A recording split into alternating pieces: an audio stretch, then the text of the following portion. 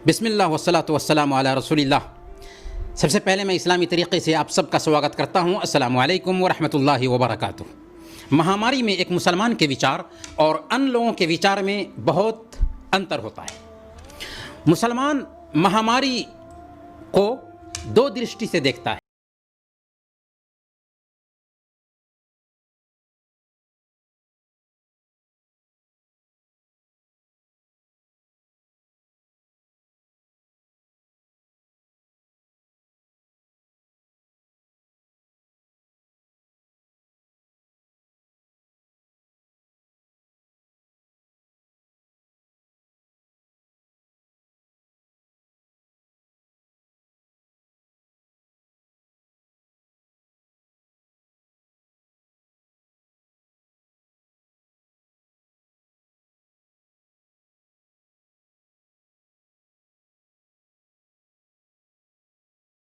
तो अपनी दया से किसी न किसी आपदा में इंसान को ग्रस्त करता है और उसका उद्देश्य इसके द्वारा मात्र ये होता है कि इंसान आंखें खोले, स्वयं में सुधार लाए। कुरान कहता है वमा असाबकुम मिन मुसीबतिन फबिमा कसबत ऐदीकुम व याफू अन कसीर। तुम्हें जो आपदाएं आती हैं तुम्हारे अपने हाथों की कमाई होती है और वो तो तुम्हारे बहुत सारे करतूतों से क्षमा करता है।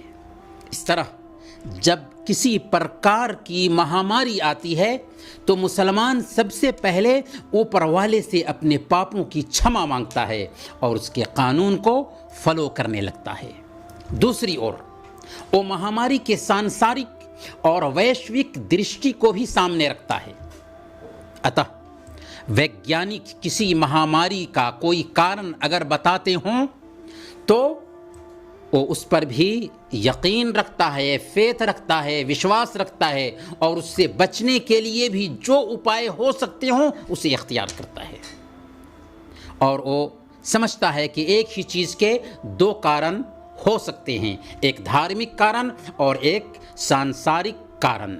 इससे ज्ञात ये होता है कि मुसलमान की बुद्धि, मुसलमान की सोच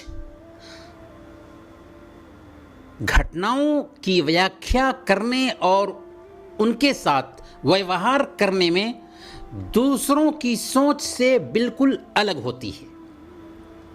मुसलमान महामारी के वैश्विक कारणों का भी सम्मान करता है और उनसे बचाव इख्तियार करता है, लेकिन उसके साथ साथ वो धार्मिक कारणों पर भी ध्यान देते हुए स्वयं में सुधार लाता है और स्वयं में इंसानियत पैदा करता है। अतः मुसलमान कारणों की विविधता में विश्वास रखता है।